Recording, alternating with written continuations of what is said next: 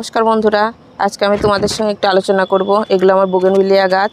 কিছুদিন আগেই বেশ কেটেছিলাম, 15-16 দিন হয়ে গেল। ডালগুলো অনেক প্রচুর পরিমাণে ফুল ছিল, তোমরা দেখেছিলা।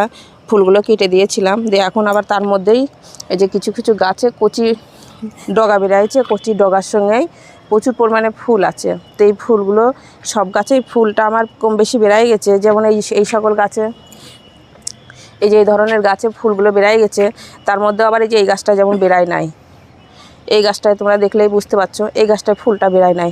তো সেই সব গাছে ফুল বেরাইছে, সেই পরিচর্যাটা কী করতে হবে, আর যে গাছে ফুলটা এখনও আসেনি সেই পরিচর্যাটা কী করতে হবে সেই বিষয়ে আজকে ভিডিওটা করছি। তো তোমরা দেখো, যে সকল গাছে তোমরা এইভাবে ফুল চলে এসেছে সেই ধরনের গাছে তোমরা জলটা ঠিক মতন দিও।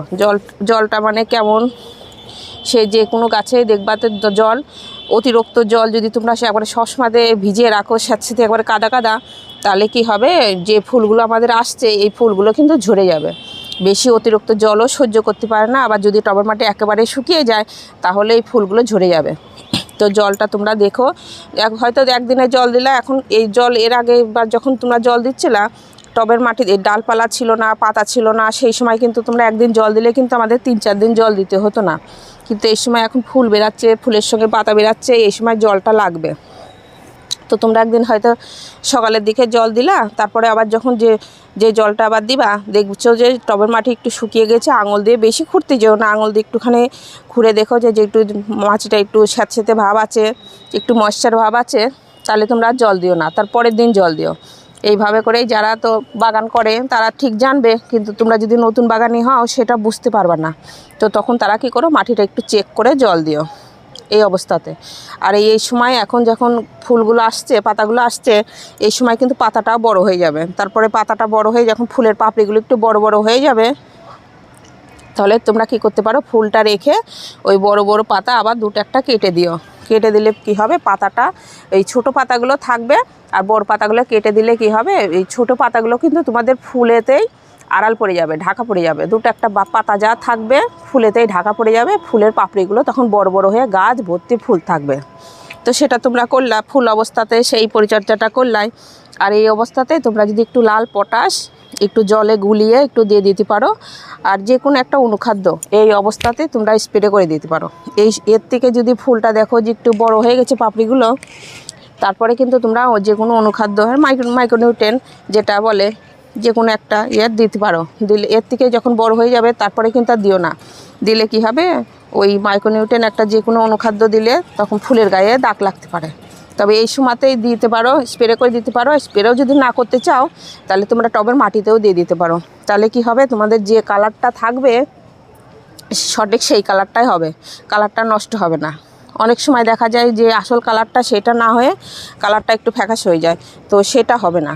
একটু একদিন হয়তো একটু পটাশ সার জলে গুলিয়ে দিয়ে দিতে পারো 1 চামচা মতন, আর তারপরে বেশ 2-3 দিন পরে একটা অনুখাদ্য গুলিয়ে, স্প্রে না করাই ভালো, গুলিয়ে দিয়ে দিতে পারো। তবে এই অবস্থায় স্প্রে করাও ভালো হয়। তবে জল করে গাছের গোড়াতেও দিয়ে দিতে পারো যে সকল গাছে। আর যে সকল গাছে দেখছো যে ফুলটা আসেনি, এই যে এই গাছে দেখছো যে এখনও ফুলটা আসেনি, এই গাছটা ফুলটা আসেনি, এই গাছগুলোতে তোমরা কি করতে পারো, একটু লাল পটাশ, ওইটাতে আমার 12 ইঞ্চি টবে গাছগুলো লাগানো আছে, এইটাতে কিন্তু 10 ইঞ্চি টবে আছে লাগানো, 10 ইঞ্চি 8 ইঞ্চি। তো 8 ইঞ্চি টব হলে পরে তোমরা 1 চামচা মতন পটাশ সার আবার নিয়ে নাও। 1 চামচা মতন পটাশ সার জলে গুলিয়ে আগের দিন একটু ভিজিয়ে রাখবা, জল ভিজিয়ে রেখে সেই জলটা তোমরা দিয়ে দিতে পারো। আর তার সঙ্গে আর একটা যে কোনো একটা বুস্টার টু, যেমন এটা বুস্টার টু, এটা আমি ব্যবহার করি। অনেকে মিরাকুলানো দেয়, তবে যে কোনো একটা দিও, যে দুটো দিতে যেও না। এটা বুস্টার টু, এইটা যদি তোমরা দাও তাহলে 1 লিটার জলে এক ফোঁটা, মাত্র 1 ফোঁটা দিতে হয়। আর যদি মিরাকুলানটা যদি তোমরা দিতে চাও, সেটা 1 লিটার জলে 1 ml মাত্র দিতে হয়। তো সেটা দিয়ে তোমরা স্প্রে করে দিতে পারো। আমি বুস্টার টুটাই ব্যবহার করি, তবে এখন ওইগুলোতে এখন করিনি। তবে যে কোনো গাছে হয়তো ফুলটা আসছে না, যেমন এই গাছটাতে এখনও ফুলটা আসেনি, বেশ কচি কচি পাতা বেরাচ্ছে, এই অবস্থায় যদি আমি বুস্টার টুটা স্প্রে করে দিতে পারি তাহলে কি হবে, আমার গাছ ভর্তি আবার এরকম ফুল চলে আসবে। যেমন এই গাছগুলোতে দেখছো তোমরা প্রচুর পরিমাণে ফুল বেরাচ্ছে। এই যে কচি কচি ফুলেতে গাছ ভর্তি হয়ে যাচ্ছে, পাতাও আছে কিন্তু ফুল প্রচুর পরিমাণে ফুল আছে এই রকম। আর যখনই তোমরা ফুল হয়ে যাবে তখন একটা সুন্দর করে একটা কাটাই ছাটাইয়ের একটা শেপ দিয়ে দিতে পারো। যে প্রায় গাছে আমার ফুল চলে এসেছে। এগুলো তো বেশি দিনকার বড় গাছ না, এটা আমার অল্প দিনেরই গাছ। এই গাছগুলো কত সুন্দর ফুল এসেছে। আবার যে এই সব গাছে এই অবস্থাতে যদি একবার বুস্টার টুটা দিয়ে দিতে পারি তাহলে আমার গাছ ভর্তি একবারে ফুল হবে। কিন্তু ফুলের এই অবস্থায় এই গাছটাতে না দেওয়াই ভালো। এই গাছের ফুলটা বেশি একটু বড় বড় হয়ে গেছে, যে কালারটা বোঝা যাচ্ছে। যখন দেখবা যে তোমরা ফুলের কালারটা বোঝা যাচ্ছে তখন যে কোনো ওষুধটা তোমরা তখন গাছের গোড়াতে দিতে পারো। তবে বুস্টার টুটা কিন্তু গাছের গোড়াতে দেওয়া যায় না, দিলে স্প্রে করা যায় আর দিতে হয় না গাছের গোড়ায়। আর গাছের গোড়ায় তোমরা দিতে চাও এই যে এই সকল গাছে তোমরা তখন দিয়ে দিতে পারো, একটু জল করে গাছের গোড়াতে একটু দিয়ে দিতে পারো। আর তোমাদের কাছে যদি রাসায়নিক সার হয়তো তোমরা ব্যবহার করো না, লাল পটাশটা যদি তোমরা না ব্যবহার করতে চাও তাহলে জৈবভাবেও কিন্তু করা যায়। আমাদের এই পেঁয়াজের চোকাগুলো তোমরা একটু ভিজিয়ে রাখবা, দিয়ে সেই জলটাই গাছের গোড়াতে তোমরা যদি দিয়ে দিতে পারো, যে সকল গাছে হয়তো তোমাদের ফুল আসেনি আবার যে সকল গাছে ফুল এসেছে, এই যে কচি কচি পাতাগুলো বেরাচ্ছে, এই সব গাছে যদি তোমাদের হয়তো লাল পটাশ ব্যবহার করো না। অনেক নতুন বাগানি আছে, যেমন আমি কিন্তু 2-3 বছর ধরে যখন প্রথম বাগানটা শুরু করেছিলাম তখন কিন্তু আমি কোনো রাসায়নিক সার কোনো কিছুই কিনতামও না, গাছে দিতামও না। যে তখন আমি কি করতাম, এই কলার খোসা আর পেঁয়াজের খোসা ওইটা ভিজিয়ে রাখতাম, আলাদা জায়গায় ভিজিয়ে রাখতাম। ভিজিয়ে রেখে সেই জলটায় তখন যে সকল গাছে দেখতাম যে আমি ফুল ফল আসছে না, ফুল টুল আসছে না, তখন সেই গাছটাতে আমি তখন দিয়ে দিতাম। দিলে কি হবে, ওই পেঁয়াজের চোকার কলার চোকাটা দিলে কি হবে, ফুলের পরিমাণটা যেমন বেশি হবে, ফুলের পরিমাণটা বেশি হবে আর গাছ ভর্তি ফুল আসে, সেইগুলো তো হয়। তবে ওইগুলো একটু ভিজানো একটু ঝামেলা। অত পরিমাণে আমার এখন প্রচুর পরিমাণে গাছ হয়ে গেছে, তো অত পরিমাণে ওই সব চোকামোকা হয়ও না। তবে ওই জন্যই রাসায়নিক সারও একটু একটু রাখি। ওই ফুলের গাছে বেশিরভাগ আমি রাসায়নিক সারই দিই, কিন্তু রাসায়নিক সার কিন্তু অতিরিক্ত দেওয়া ভালো না। যে আমি ভিডিওতে বলছি আর তোমরা মানে 5-6 দিন পর পরই দিতে থাকছো।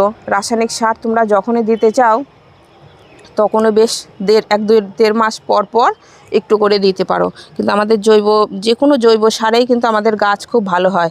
আর রাসায়নিক সার দিলে পরে কি হয়, গাছে কিন্তু এই মাটিটা বেশি তাড়াতাড়ি খারাপ হয়ে যায়। 2 সপ্তাহখানেকের মধ্যেই দেখবা যে গাছ খুব একবার ভালো হচ্ছে, রেজাল্ট খুব ভালো হচ্ছে, তারপরেই কিন্তু গাছটা ঝিমিয়ে যায়। ওই জন্য রাসায়নিক সার অত বেশি ব্যবহার করা ভালো না। আর পরিমাণটা যখনই তোমরা দিতে চাও মাপটা যেন ঠিক থাকে। 12 ইঞ্চি টবের জন্য 4 চামচার 1 চামচা মতন পটাশ দিও, তার থেকে বেশি দিতে যেও না। বেশি দিলে পরে আবার তোমাদের কাজটাই কিন্তু উল্টো হতে পারে। রাসায়নিক সার বেশি দিলে কিন্তু শিকড় জ্বলে যায়, তো সেটাও তোমাদের খেয়াল রাখতে হবে। আর যে জায়গায় হয়তো তোমাদের গাছটা আছে ভরপুর, যদি রোদ্দুরের জায়গা থাকে তাহলে কি হবে, গাছ ভর্তি তোমাদের আপনিই ফুল চলে আসবে। তোমরা যদি যে কোনো পটাশ সারটা না ব্যবহার করো তাহলেও গাছে খুব ফুল চলে আসবে। আর এই অবস্থায় এখন যেমন ফুল আসছে, ফুল আসা অবস্থায় তোমরা কিন্তু খোল জলটা কিন্তু ব্যবহার করতে যেও না। খোল জল দিলে কি হবে, যে ফুলগুলো আসছে সেই ফুলগুলো কিন্তু বেশিরভাগ আর বড় হবে না, আস্তে আস্তে ঝরে পড়ে যাবে, তখন এই পাতাগুলোই কিন্তু বেশি বড় হবে। পাতাতে নাইট্রোজেনটা বেশি টানে। তো এই সময় তোমরা ভুল করেও কিন্তু শস্যের খোলটা তোমরা দিতে যেও না।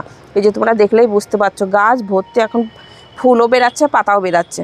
কিন্তু এই অবস্থায় যদি নাইট্রোজেন মধ্যে যদি রাসায়নিক সার যদি দিতে চাও তাহলে ডিএপি সারটা এই অবস্থায় ভুল করেও তোমরা দিতে যেও না।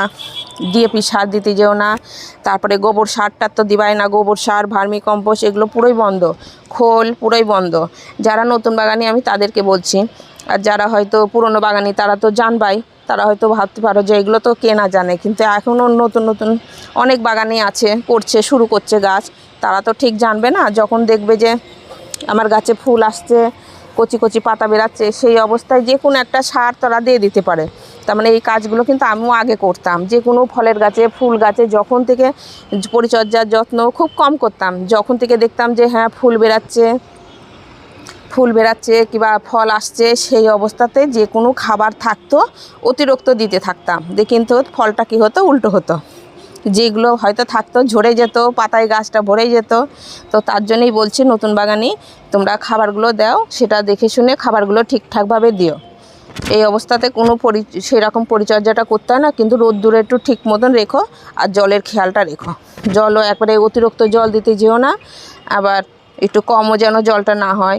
টবের মাটি যেন সবসময় একটু ময়েশ্চার ভাব থাকে, তাহলে এই ফুলের এই পাপড়িগুলো বড় বড় হবে, দেখতে খুব সুন্দর হবে। আর ওই পাতাগুলো যখন ফুল গাছ ভর্তি হয়ে ফুল চলে আসবে, ফুলের পাপড়িগুলো যখন বড় বড় হবে, তখন গাছগুলো তোমরা এখনকার অত রোদ্দুরের বেশি তেজ নাই, তোমাদের এখানেই রাখতে পারো। তাও যদি মনে করো যে আমরা বেশি দিন রাখবো, অনেক দিন আমরা গাছ ফুলটাকে ঠিকঠাকভাবে রাখবো, তাহলে একটু ছায়াযুক্ত জায়গাতে রাখতে পারো। তাহলে ফুলটা তোমাদের একবার যদি ফুল বেশ গাছ ভর্তি হয়ে ফুল ফুটে বেশ 2 মাস মতনই গাছে ফুল থেকে যায়। তো ভিডিওটা এখানে শেষ করছি। নমস্কার।